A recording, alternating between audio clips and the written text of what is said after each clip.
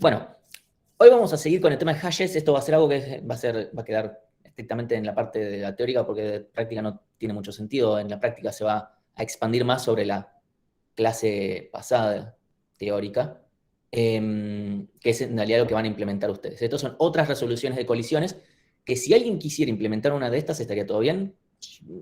Yo no lo recomendaría, salvo que estén recontra al día y quieran ver algo un poco más avanzado.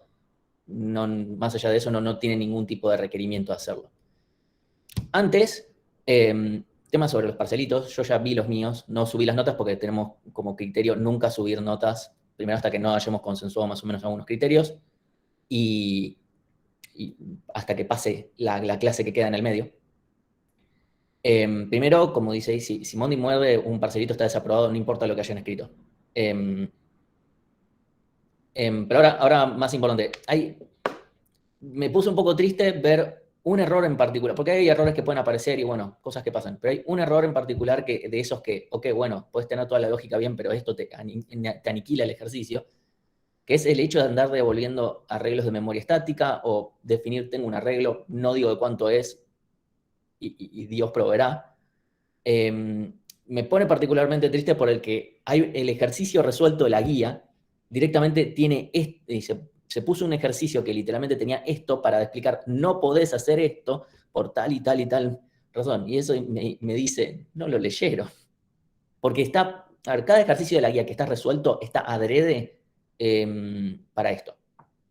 Está adrede para decir, agarramos el error más, ese error que puede ser bastante fulero, o algo que pueden no tener en cuenta y me aseguro de que lo puedan leer.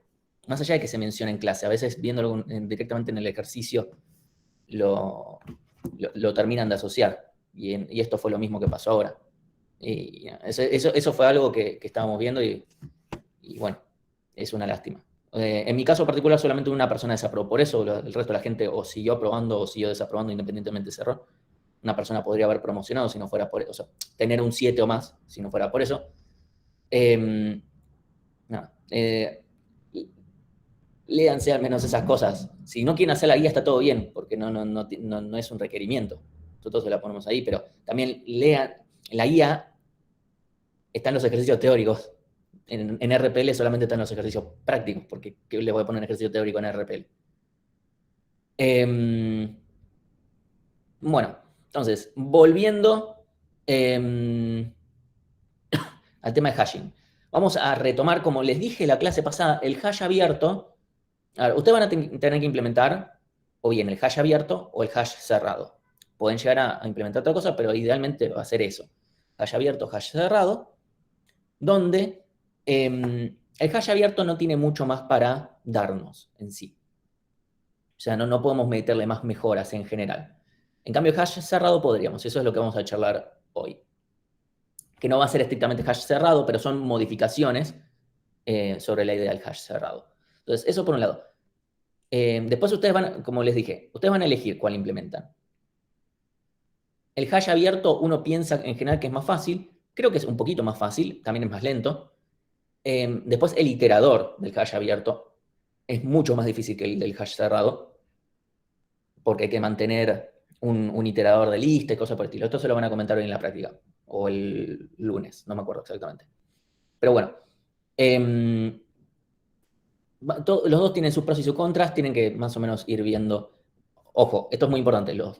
Si ustedes van a implementar un hash abierto, no significa listo, ya está, ni me interesa el hash cerrado.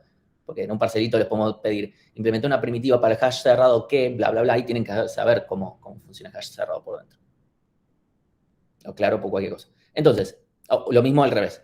Entonces, algo que habíamos dicho es que el hash cerrado tiene como una función de probing, que es esta función que cuando hay una colisión nos dice, bueno, ¿cuál es la siguiente posición donde tengo que probar? ¿Sí? Nosotros lo simplificamos y dijimos directamente lo que se llama probing lineal, que es, bueno, voy a la siguiente. Entonces, digo que la posición que le toca ir a un elemento es la función de hashing más el número de colisiones. O sea, es literalmente si no tengo ninguna colisión, voy a esa posición, si no más 1, si no más 2, si no más 3, etc. ¿Sí? Esa es una forma que es la que en general nosotros aplicamos y esta está bastante bien. Otra es cuadrática, que sirve para separarlos un poco, donde elevamos al cuadrado las colisiones. No tiene tantas ventajas y tiene una gran desventaja, que es, obviamente cuando estemos buscando, vamos a buscar no de uno en uno, sino que vamos a ir moviéndonos de la misma manera. Si, no vamos, si tengo que guardar en la posición 2, no voy a después buscar en la...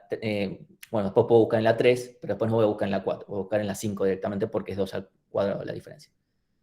En la primera colisión más 1 y después más 4, entonces, me tendré que ir hasta la 7. Bueno, la desventaja es que podría pasar con esta, depende cómo sea justo mi tamaño, podría llegar a pasar que aunque el hash tuviera lugares vacíos, no encontremos esos lugares vacíos, porque siempre los salteamos. Podría llegar a pasar. Es medio una mala leche, pero puede llegar a pasar. Y después, otra es usando otra función de hashing. O sea, en vez de decir, ok, me voy en una posición, le aplico esto por otra segunda función de hashing. Esto suele andar bastante bien, esto le da algunas mejoras. ¿Sí? ¿Se entiende lo que estoy queriendo decir con esto? No, no entendí del todo. ¿Qué es lo que hace la función de hash? O sea, nosotros tenemos que la posición a la que yo voy a ir a guardar, a fijarme, che, acá puedo guardar, y va a ser la función de hashing original, la hash 1. ¿Sí? Yo ahora tengo dos funciones de hashing. La primera, aplico sobre la función, me fijo, che, acá está ocupado, y le digo, sí, está ocupado. O está borrado, no importa, tengo que buscar la siguiente. Entonces, lo que voy a hacer es agarrar una segunda función de hashing y especializar también, o sea, voy a aplicarlo sobre la misma clave. Entonces, suponete que hash, la clave que quiero guardar es Pepe. Hash 1 de Pepe me da 3 y hash 2 de Pepe me da 10.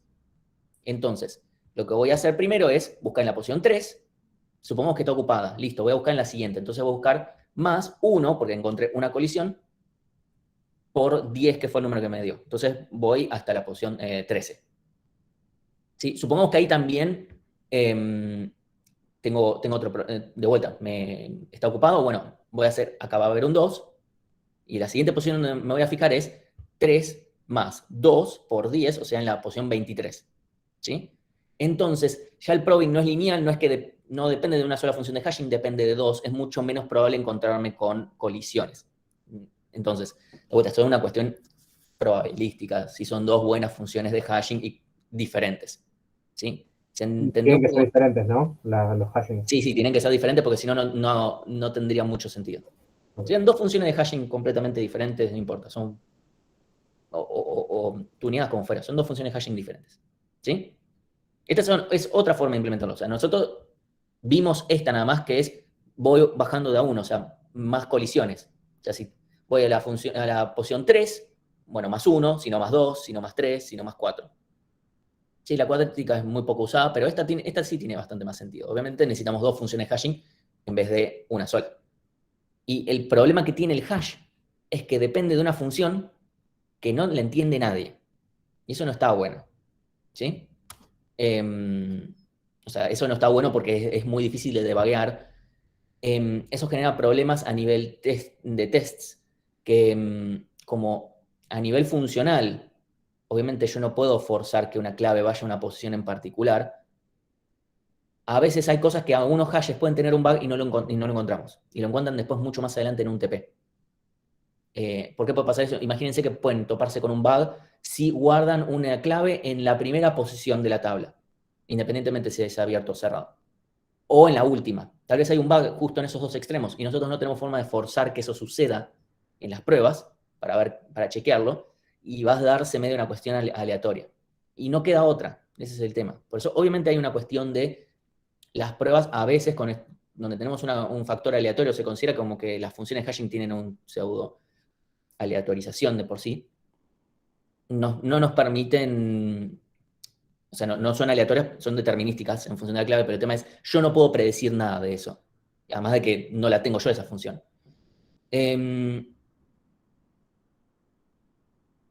O sea, ahora no estoy hablando sobre la cuestión de seguridad de las funciones de hashing, sino que el problema es esto en lo cual yo puedo, me pasó a mí cuando yo cursé, que mi hash andaba bien, mi lista andaba bien, y el hash de una compañera por alguna razón andaba mal, y no sabíamos muy bien qué era lo que pasaba.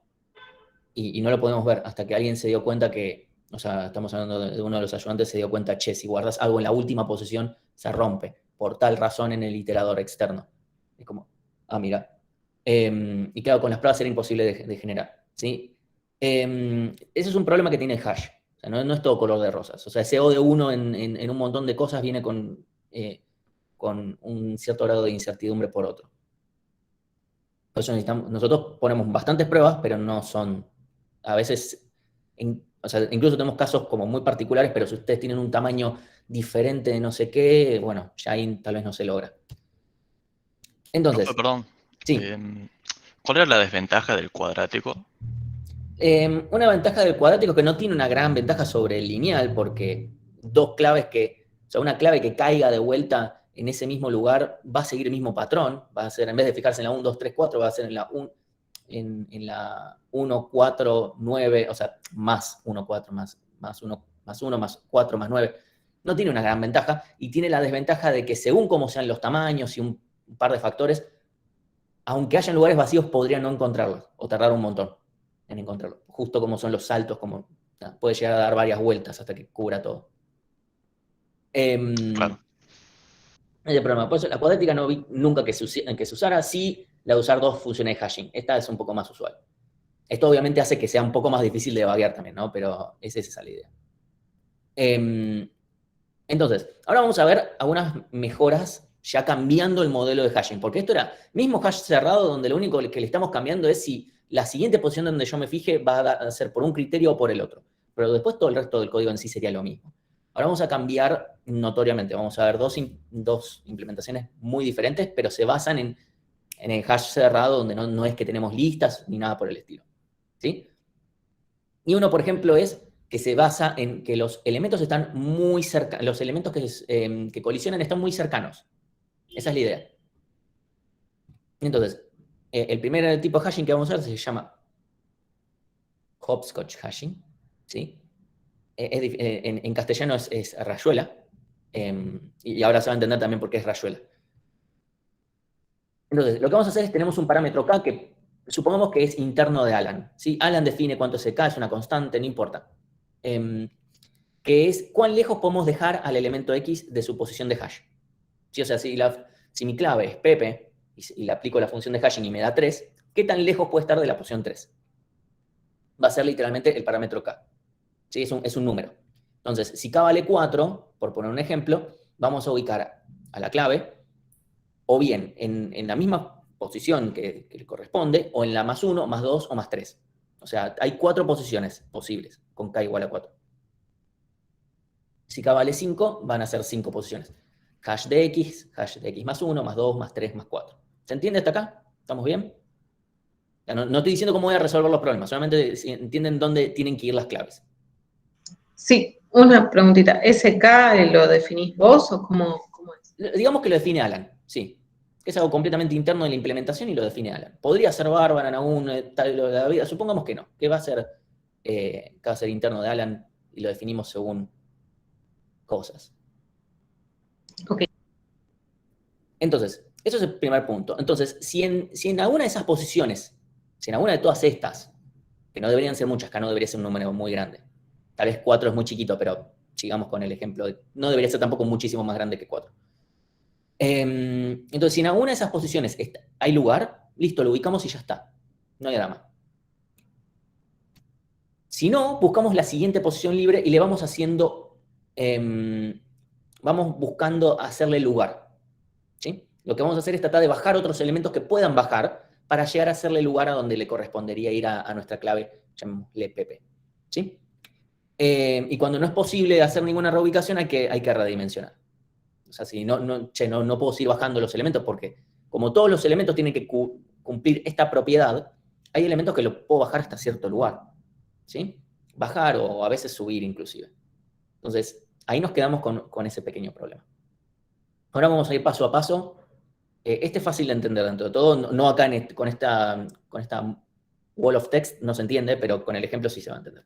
¿Sí? Supongamos que mi tablita es de tamaño 10, un número súper primo. Todos sabemos que 10 es un número primo. Vamos a decir K igual a 3, eso quiere decir que mi clave, por ejemplo, dato, puede estar en la posición 3, 4 o 5. ¿Sí? Y acá tenemos distintas claves que ya tengo el resultado de la función de hashing. Exactamente igual que antes, yo ya lo tengo preparadito.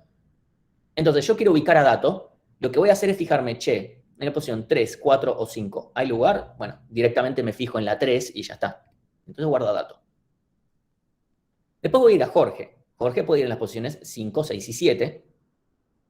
Me fijo directamente solo en la 5, si no, después me fijo en la 6. Como la 5 está vacía, ponemos a Jorge. Ahora aplicamos a Cami y que puede ir también en estas 3 posiciones. No puede ir en la 3 porque está ocupada. Entonces ponemos directamente acá, ¿sí? en la posición 4. Nos fijamos, bueno, ¿de cuál de todas las posiciones en la que puedo guardar? Ponemos acá.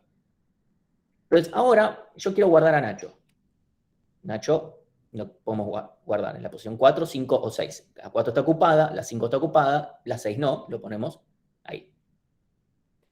Guardamos a Has en la posición 1, vemos que no hay ningún problema. Y acá es donde se vuelve un poquito más enquilombado, porque yo tengo a Mati que va en la posición 3. ¿Sí? La posición 3 está ocupada por Dato. La 4 está ocupada por Cami y la 5 está ocupada por Jorge. Eso quiere decir que no lo estamos pudiendo poner.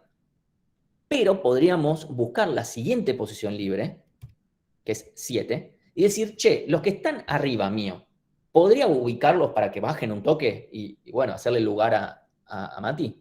Y esto puede ser una cosa muy larga donde yo tengo que ir reubicando muchos elementos, ¿sí? Idealmente no deberían ser muchos, pero bueno, podría llegar a pasar. Entonces lo que voy a hacer es fijarme, bueno, ¿quiénes podrían venir hasta acá abajo?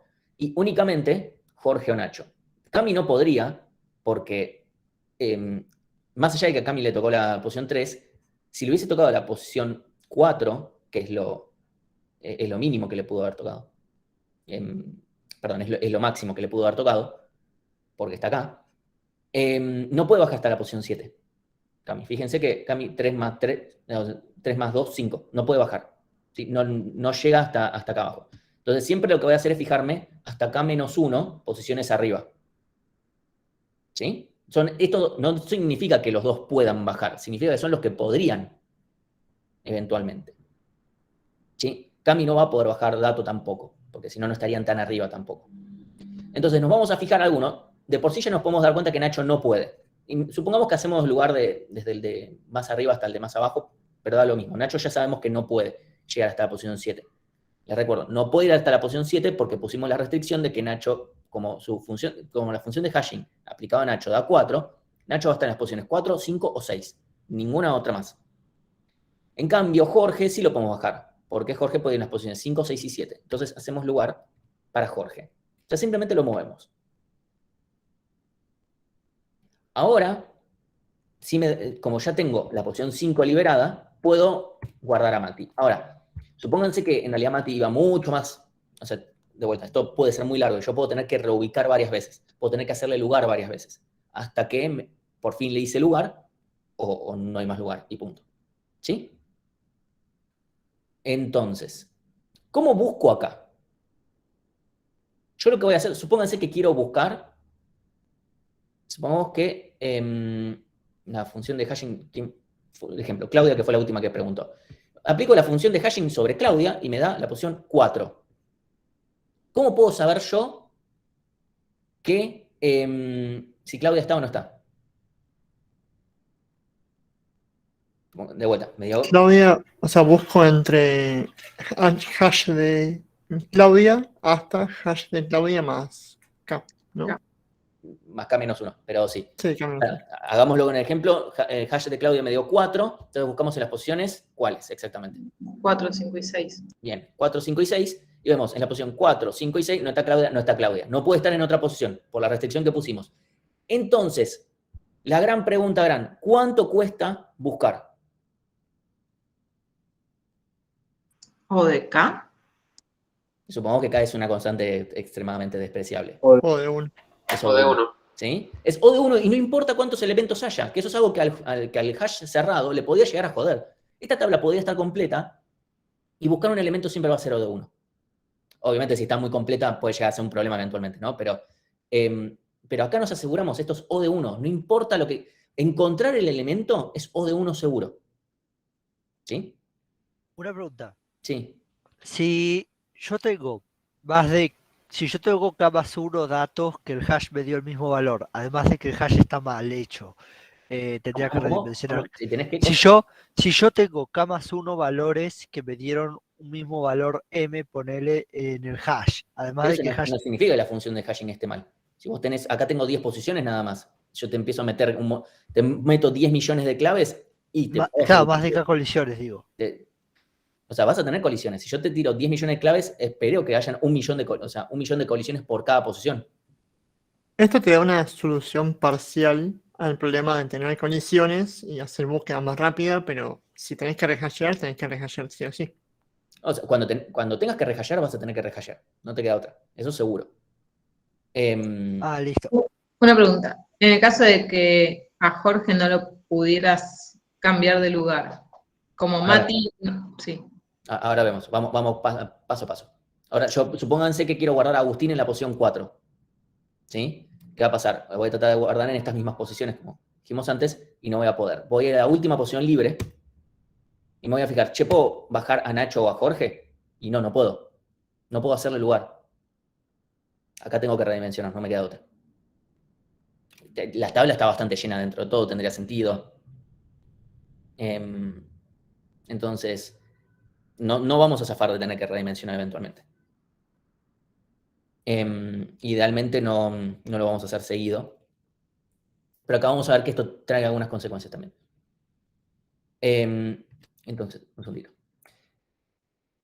Bueno, como no podemos... Ahora supónganse, por un segundo, que dato en realidad no tenía función de hashing 3, sino que tenía que el resultado de la función de hashing era 2.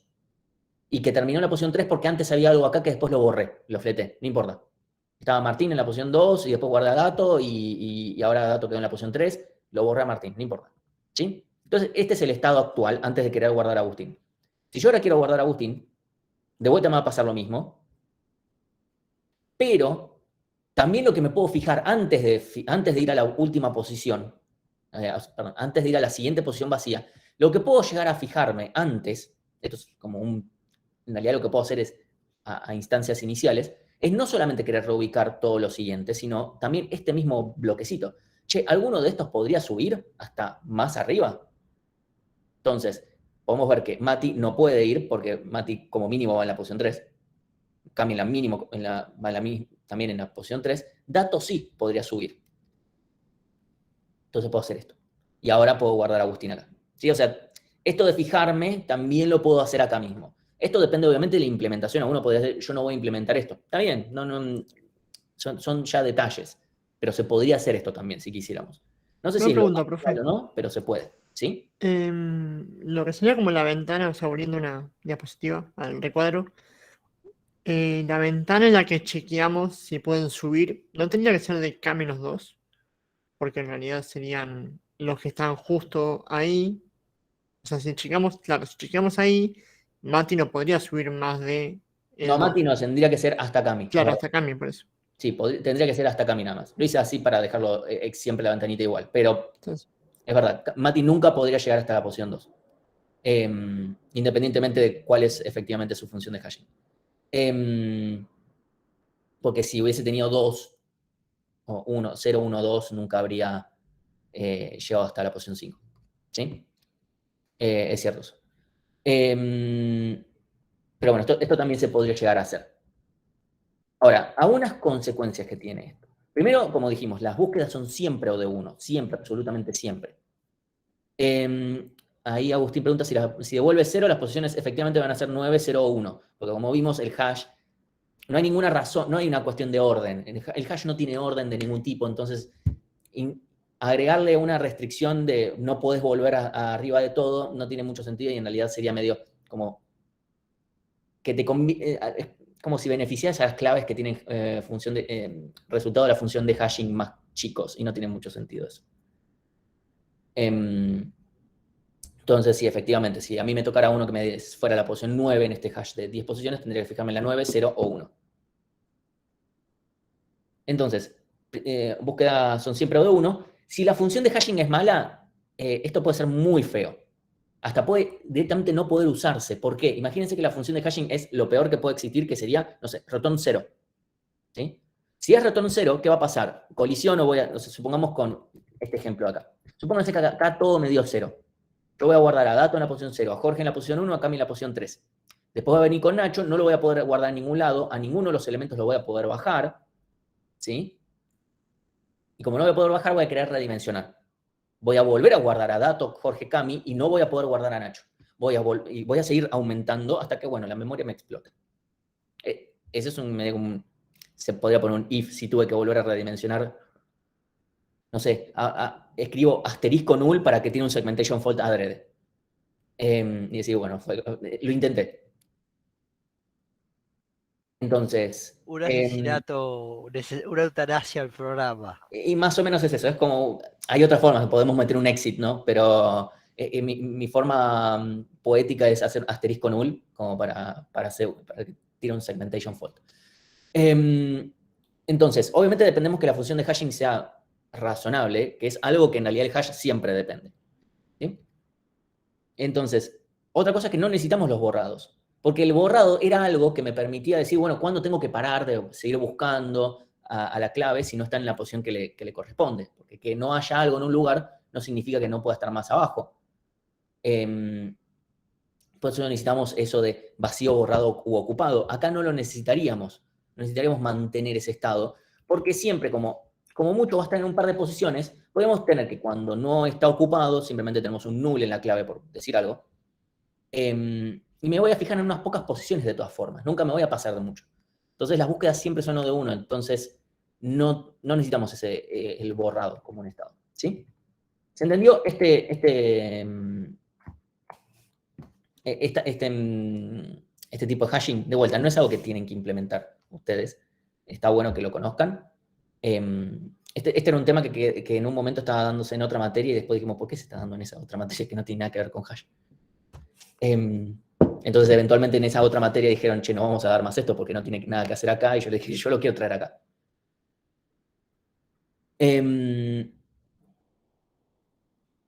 ¿Estamos bien con este? No tiene mucha más vuelta que esto. El siguiente es un poquito más vueltero porque literalmente es casi como se llama. Bueno, entonces, el siguiente se llama cuckoo hashing. Y tiene un nombre medio raro, pero ahora se va a entender por qué. Lo que vamos a hacer es usar varias funciones de hashing, y con varias, en mi ejemplo van a ser 2, pero en general se usan por lo menos 3 y hasta 4. Pero pongamos, para el ejemplo voy a usar 2, creo, o 3. Ahora vamos a ver cuántas uso, porque no me acuerdo. Entonces, cada función de hashing nos va a dar una posición alternativa para cada elemento. ¿Sí? Eso quiere decir, o está en la posición que me diga la primera función de hashing, o en la segunda, o en la tercera, o en la cuarta, como fuere. ¿Sí? Entonces, si el elemento tiene que estar en alguna de esas posiciones. Necesariamente va a ser O de 1 entonces buscar, porque si yo me estoy asegurando que, no sé, tengo 3 funciones de hashing, como mucho voy a aplicar esas funciones de hashing que son O de 1. Va a estar en la primera, en la segunda, en la tercera, listo, ya está. Si no está, no está. No está eso de seguir bajando a algún lado, nada de eso. ¿Sí? Ahora el tema es al guardar. Si yo inserto al elemento en su primera alternativa, siempre. Ahora, si había algo ahí, lo movemos a su siguiente alternativa. Podría ser la segunda, la tercera, la primera de vuelta, porque pega la vuelta. ¿Sí? Entonces, supongamos que yo guardo a Martín y justo en la posición donde estaba, que le corresponde, no sé, la posición 2, estaba vacía, listo, terminamos ahí. Si en realidad ahí está Jorge, lo que vamos a hacer es, ponemos a Martín, sacamos a Jorge, nos fijamos, che, ¿cuál es tu siguiente, en qué número de función de hashing estabas? Estaba en la segunda, bueno, vamos a la tercera.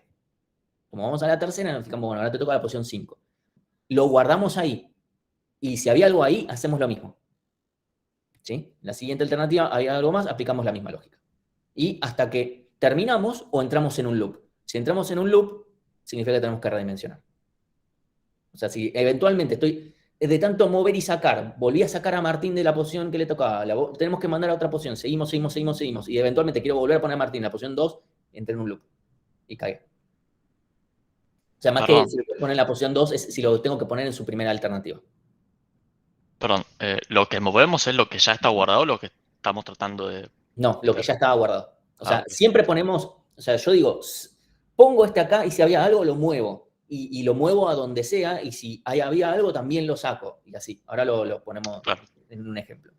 ¿Sí? De vuelta vamos con esto. Acá tenemos dos funciones de hashing. O sea, los resultados yo aplico a dato. Con la primera me da 3. O sea, la primera es exactamente igual que antes, si no me equivoco.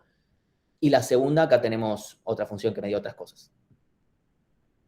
Entonces, yo quiero guardar a dato, vamos a lo que diga la primera función de hashing, 3, listo. Y este corchetes 1 significa que está en la función en su posición alternativa número 1. Después vamos con Jorge, la primera aplicamos y nos da 5. Ahí está. Entonces, ahora lo que vamos a hacer es aplicar la función de hashing a Cami, que me da la posición 3. Pero en la posición 3 está dato. Entonces, sacamos a dato, ponemos a Cami acá. Y ahora vamos a ver a dato su siguiente función de hashing, porque estaba usando la 1, vamos a usar la 2, nos da 5, que es donde está Jorge. Entonces saco a Jorge, pongo a dato, y a Jorge lo pongo en su siguiente alternativa, que es la 9. ¿Sí? Porque antes acá Jorge tenía un 1, entonces voy a usar un 2. Voy a usar la segunda función de hashing. Entonces, Cami está usando su primera posición, dato su segunda, Jorge su segunda. Voy con Nacho, que aplico y la primera función me da 4, lo guardamos acá. Aplico acá, me da 1, y está todo bien. Y ahora, Mati me vuelve a dar 3, esta función de hashing es medio mala, porque de 6 elementos, 3 me dieron 3. Aplico, ¿y qué va a pasar? Va a decir, che, acá está Cami, bueno, saco a Cami, pongo a Mati. Y a Cami la pongo en su segunda posición, que es la 9, que es donde está Jorge. Entonces, voy a sacar a Jorge, voy a poner a Cami, y Jorge, perdón, voy a sacar a Jorge, voy a poner a Cami, me voy a fijar en la siguiente alternativa de Jorge, que como estamos en la segunda, vamos a la primera de vuelta, que es la posición 5. Entonces, ahora voy a sacar a Dato para poner a Jorge. Dato también volvemos a su primera y ponemos llegamos hasta Mati. Ahora vamos a sacar a Mati para poner a Jorge. Perdón que esto es un trabalenguas y es medio quilomado, por eso es que dije, este método es un poco más enquilomado de ver. Y a Mati lo vamos a poner en su segunda posición, que es donde está Nacho. Ahora sacamos a Nacho para poner a Mati y a Nacho lo ponemos en su siguiente posición, que es la 0. Uf. Y ahí terminamos porque en la posición 0 estaba vacía. Terminó. ¿Se entendió lo que hice? O sea, más allá de que en un momento empieza a ser como... Entonces, obviamente si hubiesen 3 funciones de hashing, de la 2 iría a la 3, y si estoy en la 3 me voy de vuelta a la 1 también. O sea, no es que vamos alternando entre 2, sino que hacemos primera, segunda, tercera, primera, segunda, tercera, primera, segunda, tercera. ¿Sí? Entonces, acá terminó. Ahora, supongamos que la siguiente función de hashing de Nacho, en vez de ser 0, que me resolvió mis problemas, hubiese sido... para hacerla fácil, hubiese sido también la 4. O sea, justo Nacho tiene 2 funciones hashing que a las 2 justo le dieron 4, por lo que fuere. Entonces, yo habría sacado a Nacho para poner a Mati, pero en vez de querer poner a Nacho en la posición 0, lo voy a tratar de volver a poner en la posición 4. Entonces voy a sacar a Mati, o sea, pongo a Mati para sacarlo, básicamente para volver a poner a Nacho. Y entonces lo que va a pasar es que... Lo que va a pasar es que a Mati lo voy a querer volver a poner en su posición 1. Ahí es donde me doy cuenta que entré en un ciclo. Porque estoy queriendo volver a poner a Mati en su primera alternativa. Ahí digo, bueno, no, ya está. Ya se generó un ciclo. Eso significa que esto no se puede resolver porque voy a seguir así hasta el fin de los tiempos, porque me voy a quedar dando vueltas sin parar. Acá tendría que redimensionar. Si Nacho acá tuviera posición 4 en vez de 0. ¿Sí? ¿Por qué voy de vuelta? Porque voy a querer...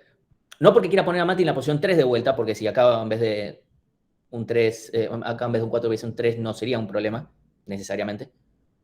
Pero sí porque estoy queriendo poner a Mati de vuelta en su primera alternativa. Si di toda la vuelta y no pude, significa que no se puede. Solo así definís el loop. ¿En qué sentido, Claudia? No entendí eso.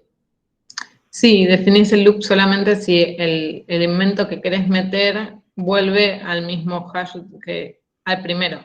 O sea, si O queremos tenemos- volver a ponerlo en su primera alternativa, no necesariamente Claro. porque haya dado el mismo número, las dos funciones de hashing. Claro, pero no hay otra forma. Es esa sí o sí. Hay una forma de darse cuenta de antemano si se puede generar esto, pero no estamos en condiciones de Ok. poder saberlo todavía. O sea, hay formas de saberlo de antemano. Si podría llegar a pasar eso. Entonces, una cosa que se puede hacer, bueno, primero acepta un factor de carga mucho más alto a cuantas más funciones hashing, ¿sí? Y tampoco necesitamos los borrados porque nada, simplemente ni nos sirven los borrados tampoco. Y lo podemos combinar con esto con la idea de hash abierto, tener listas y tener como unos pequeños buckets, no sé, de 3, 4 elementos y cosas por el estilo. Esto no se suele hacer y no suele cambiar mucho la precisión, el factor de carga que se banca. Acá vemos más o menos el factor de carga, los factores de carga que se puede llegar a bancar. Como vemos, dos funciones hashing no suele ser tan bueno. O sea, vemos que acá con un poquito ya no anduvo tan bien. Pero ya con 3 funciones hashing anda muy bien. ¿Sí? Y con 4 también. Entonces, bueno, eso como para que lo vean. ¿Cuál es el chiste? Si yo puedo redimensionar menos, además de estar usando mejor el espacio, porque hash usa espacio por demás, en este caso va a estar usando una cantidad más acotada de espacio, sin restringir ese O de 1 que es tan lindo, también tiene la ventaja de que yo cuanto más tenga que redimensionar, tiene el problema que redimensionar cuesta, tarda. Ese es el ODN, que cuanto menos seguido lo haga, más rápido va a ser en total las operaciones. ¿Sí? Entonces es básicamente eso. Existen otras cosas que se le pueden agregar como un sector de stash que son, por ejemplo, no lo pude ubicar en ningún lado, o sea, pegué un ciclo. En vez de redimensionar ya, guardemos esto, no sé, en un vector o en una listita de 5 elementos, no más de 5. Y entonces, yo voy bancando, es como todavía no necesito redimensionar, todavía sirve. Meto otra cosa que después también genera un ciclo, bueno, lo meto en esa listita de 5 elementos. Cuando esa lista, no sé, o sea, digo de hasta 5 elementos. Cuando esa lista ya está, bueno, ya tenemos 5 elementos, quiero guardarle un sexto, bueno, no, ya no. Redimensionemos y reubicamos todo. Y esto de saber, o sea, podríamos averiguar de antemano si un elemento puede generar un ciclo utilizando un TDA que vamos a ver más adelante, que va a ser el último TDA que veamos, que se llama grafo. El único pequeño problema que tiene grafo es que el grafo se suele implementar con diccionarios, así que tiene ese detalle de, bueno, tendría que usar un grafo implementado con diccionarios para implementar un diccionario que está bien, sea más rápido. Entonces es como, bueno. Pero se puede hacer, por lo menos en la teoría. No creo que nadie lo haga en la práctica esto. O tal vez sí, no lo sé. Entonces, ¿estamos bien hasta acá con Cuckoo hashing? ¿Cuál es la idea? O sea, es medio enquilomado. O sea, esto es un poco más de, ok, hay que ser cuidadoso con quién saco, dónde pongo y eso, pero... y no es tan difícil de codear. El tema es que lo más usual, lo más recomendable de esto es hacerlo de forma recursiva, porque si no se vuelve medio un quilombo. O sea, yo implementé una vez el Cuckoo para ver, bueno, cuán complicado es. No es tanto más complicado. El tema es que, bueno, hay que tener ciertos cuidados. Una pregunta. Sí. Si redimensionás en el hashing anterior, las funciones de hashing no te siguen dando los mismos números, o sea, no vas a tener el mismo problema que te llevó a redimensionar. Ahí estoy ya con los números después de haberles aplicado la operación módulo, con el tamaño de la tabla. Ah, ok. O sea, suponete que me pueden haber dado 10 millones 15, el otro, no sé, 30.444. Estos ya están con módulo porque si no, se me hace medio imposible mostrárselos en el ejemplo. Entonces, ahora como el tamaño de la tabla va a cambiar, necesariamente la posición de hashing va a cambiar. Gracias.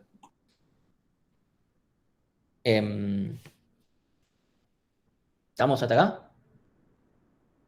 Estamos bien de tiempo, así que... Bueno. ¿Cuál es la idea de hashing perfecto? Hashing perfecto es básicamente, ¿qué tal si no hay colisiones? O sea, el problema de hash es que hayan colisiones. Bueno, ¿qué tal si no las hay? Sacamos por DNU, no hay más colisiones, como en su momento. Ya no hay más pandemia, ya está. Podemos hacer exactamente lo mismo.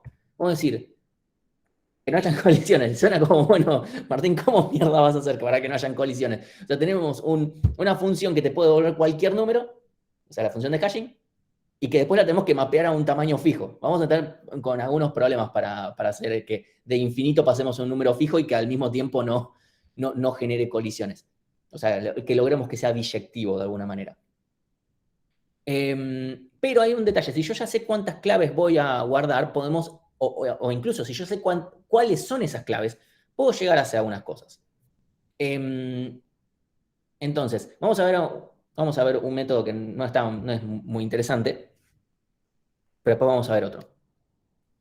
Entonces, si yo quiero insertar n claves en una tabla de n cuadrado, la probabilidad de una colisión es 1 sobre n. O sea, suponiendo que está todo distribuido uniformemente, ¿no?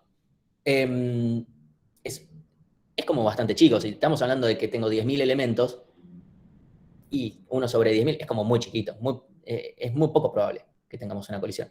El único problema es que si n es muy grande, como os acabo de decir, si n vale 10.000, estamos hablando de una tabla de 10.000 al cuadrado de elementos. Suena que la memoria RAM me va a decir, bueno, monstruo, todo muy lindo, pero no sé si tu O de 1 de un hash que vas a usar en una librería se te justifica. Pero de esto sale un tipo de esquema que se llama FKS, que tenemos una tabla de tamaño K, supongamos primo, que sea muy similar a n. Podría ser igual a n, como fuere, pero ponemos una tabla de ese tamaño. Y en cada posición guardamos la cantidad de claves que hashean a esa posición, ¿sí? O sea, yo debería tener más o menos, yo debería saber cuáles son las claves. Eso es Una tabla contador como en Counting Sort. Sí, pero no solamente vamos a tener eso. ¿Sí? O sea, nosotros vamos a ver cuántas claves hashean ahí.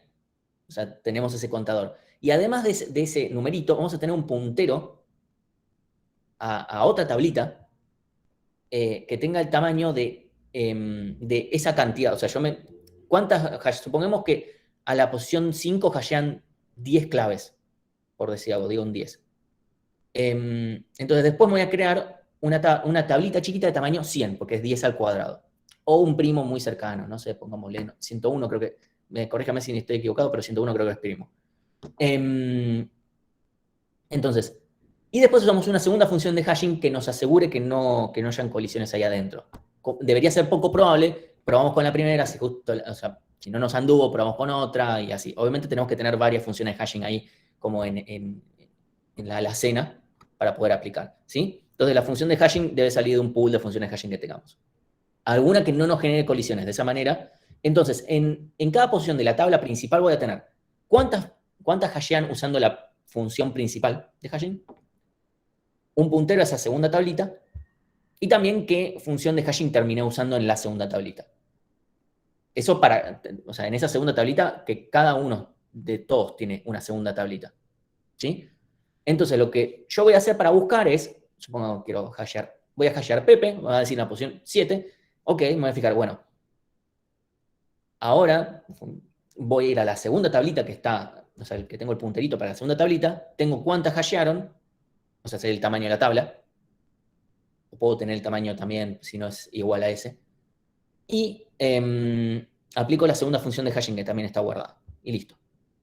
Entonces, eso sería encontrarlo no de uno, necesariamente, porque voy a ir directamente. Voy a aplicar dos funciones de hashing diferentes y listo, ¿sí? Y el espacio que se termina utilizando es aproximadamente 2n, ¿sí? Obviamente no van a haber redimensiones porque ya tenemos los elementos que van a haber, pero bueno, sirve para casos que la verdad nunca me topé con algo donde este esquema tuviera sentido. Yo se los menciono nada más para que conozcan de esto y si en algún momento se lo topan, que sepan que viene por este lado. Y después, si nos agregan claves, podremos llegar a hacer esto rehaciendo tablas. No es muy bueno para andar rehaciéndolo todo el tiempo, pero si fuera algo muy raro de hacer o de agregar claves, bueno, ya sabemos. O sea, esto que les estoy mencionando, este esquema, no se lo vamos a tomar en ningún parcelito ni nada por el estilo, pero se los menciono para que lo conozcan más o menos. El que tiene un poquito más de interés es Hash and Displays, que lo que vamos a hacer es un esquema que usa, si yo tengo n claves, voy a usar exactamente n espacios. No vamos a usar ni nada de más, absolutamente nada. Entonces vamos a tener el perfecto O de 1 de un hash y el tamaño exacto que necesitamos. Pero tenemos una restricción un poco, o sea, de vuelta, esto es hashing perfecto, donde no hay colisiones. El problema es que yo, para poder aplicar esto, yo tengo que ya saber qué claves voy a usar. O sea, es una restricción. Yo ya tengo que saber con qué se va a usar. Esto, ustedes pueden decir, Martín, esto no tiene sentido práctico. Ni. Eso no es cierto. Es muy común en un montón de aplicaciones estar trabajando con lo que se llaman hashes inmutables. Eso es algo que sucede. Para ponerles un ejemplo. Hay algo que no se ve en esta materia y se ven bastante más adelante, que es el tema de concurrencia. Concurrencia es cuando, por ejemplo, para simplificarlo, tenemos dos programas que se están comunicando entre sí. Puede ser el mismo programa que divergió y se transformó en dos procesos por separado, y otras versiones más que no son el punto de esto. Entonces, ustedes están muy acostumbrados a que, y está perfecto que estén acostumbrados así hasta este momento, a que ustedes ven el código y se ejecuta así, tac, tac, tac, tac, tac, tac. A veces, cuando estamos hablando de programas concurrentes, se puede modificar por todos lados. Cuando estas cosas comparten memoria, no suele estar bueno que vayan y metan mano todo sobre la misma memoria porque puede generar problemas. Entonces es muy normal a veces comunicarse utilizando cosas que sean inmutables, o sea, que no cambien. Entonces, un hash inmutable, sabemos que no le podemos agregar más cosas.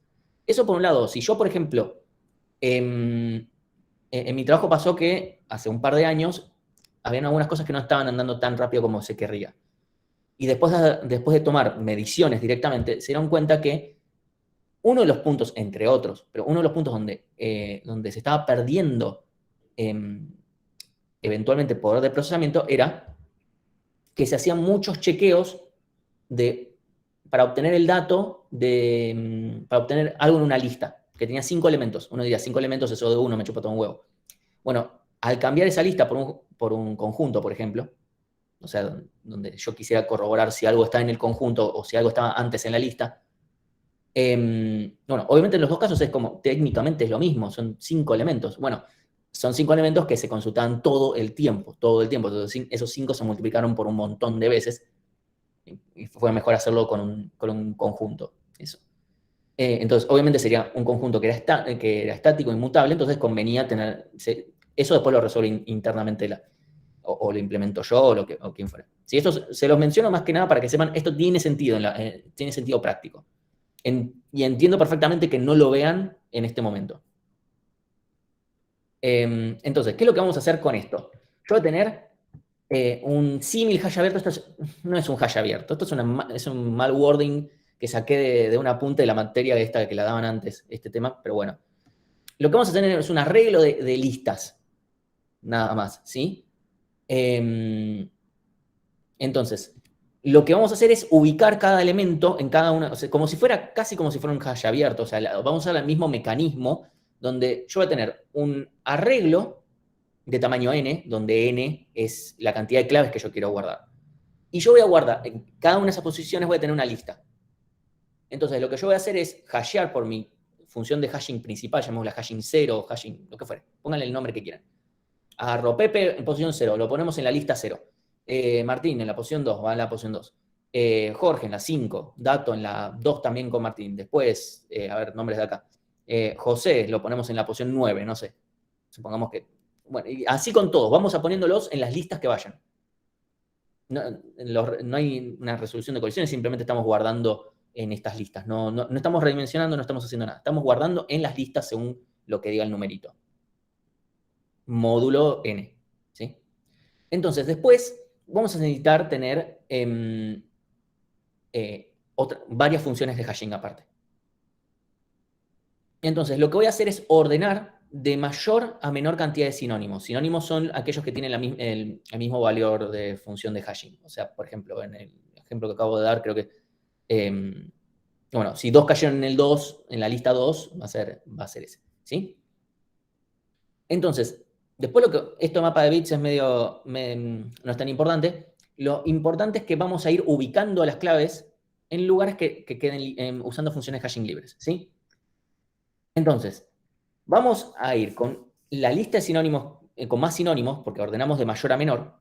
donde el menor debería ser, obviamente van a haber listas vacías, porque las que nadie cayó ahí, y deberían haber listas con un solo elemento.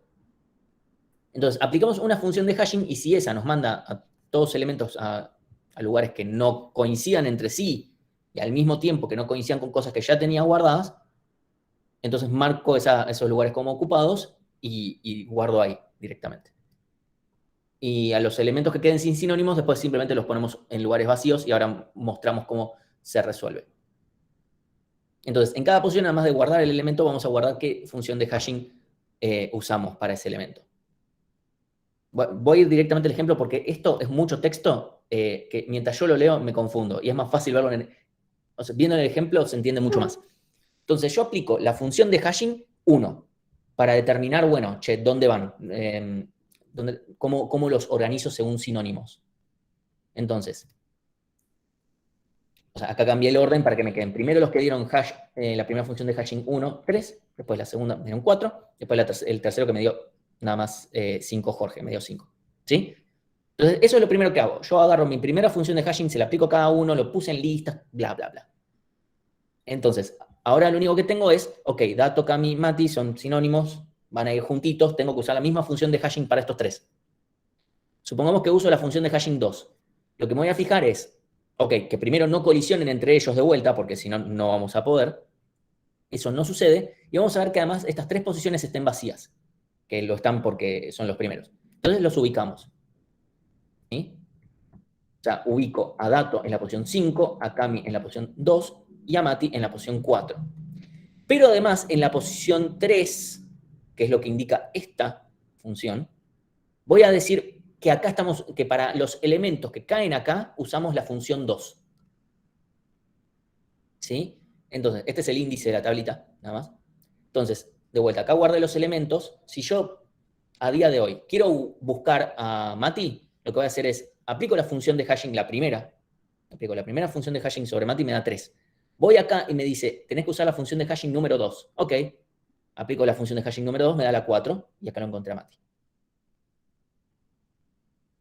Entonces, ahora tenemos que hacer lo mismo para Nacho y Has, que también caen en la misma posición, o sea, son sinónimos entre sí. Vemos la segunda. Vemos que Nacho no tiene problema, pero que Has cae en la posición 4. No podemos ubicarla acá. No podemos usar la función de hashing 2.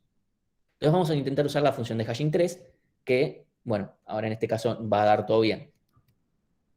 Y vamos a guardar en la posición 4 que aquellos que caigan en esta posición por la primera función de hashing tienen que usar la función de hashing número 3. ¿Sí? Obviamente espero que se den cuenta que si acá hubiese habido otra colisión más, tendríamos que tener más funciones de hashing. Y después Jorge, como no tiene sinónimos, lo que vamos a hacer es ubicar una posición libre. Y vamos a decir, acá vamos a guardar un número negativo directamente con la posición donde va. Entonces, cuando yo vaya y busque a Jorge, voy a decir, ok, vamos a buscar a Jorge. Le aplicamos la primera función de hashing, 5. Tenés que usar la función de hashing -1, por decir una cosa. Es directamente andar a la posición 1. Y acá está Jorge.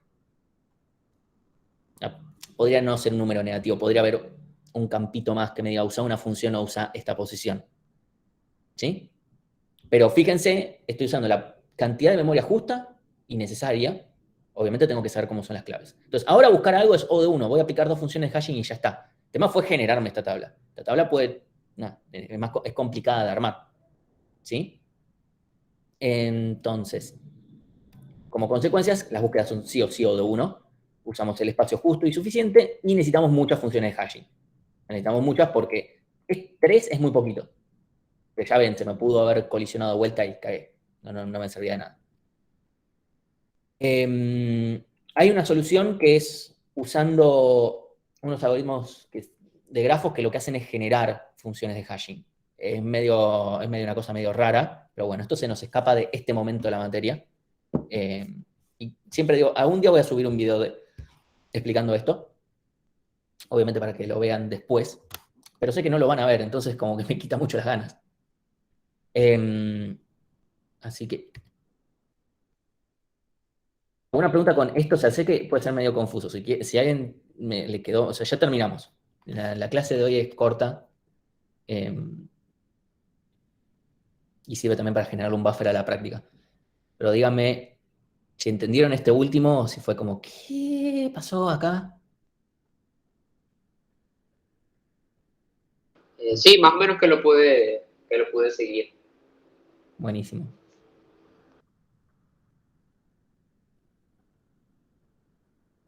O sea, si no entendieron algo, díganme, lo podemos volver a repetir. Me queda como media hora de clase prácticamente. Puedo decirle algo más. Yo tengo una consulta. En estos ejemplos, me imagino que es obvio lo que voy a preguntar. En estos ejemplos tenemos como que bastantes colisiones, pero en teoría debería ser que mi función de hash no me genere tantas colisiones. O deberían ser la menor cantidad posible, ¿no? Idealmente sí, pero digamos que es imposible que si yo tengo una tabla de tamaño exactamente n, no vayas a tener ninguna. Pero sí, idealmente vas a tener pocas colisiones, pero bueno, pero necesitamos más que 3 funciones de hashing, seguro. Creo que por lo menos necesitan unas 5 para estar cómodo. O sea, podrías tener la función de hash perfecta para esa tabla y esos elementos, pero la cosa es que no la tenés. No, es que acá estamos generando esa función de hashing perfecto. Claro. Que es una conjunción de 2 funciones que las encontramos para estos. ¿Está subido hasta el PPT? Sí, hasta tiene. Si no me equivoco, tengo hasta comentarios en varios de estos. ¿No? ¿No? No, en esta no tengo tanto comentario abajo, porque tiene mucho texto en las diapositivas, algo que no me gusta, pero bueno.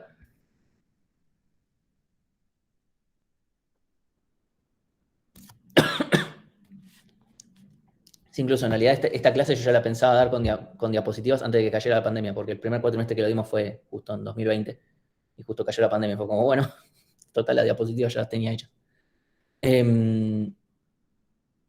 Bueno, si no hay otra pregunta, cerramos acá. No tiene mucho sentido que arranque con otro tema ahora.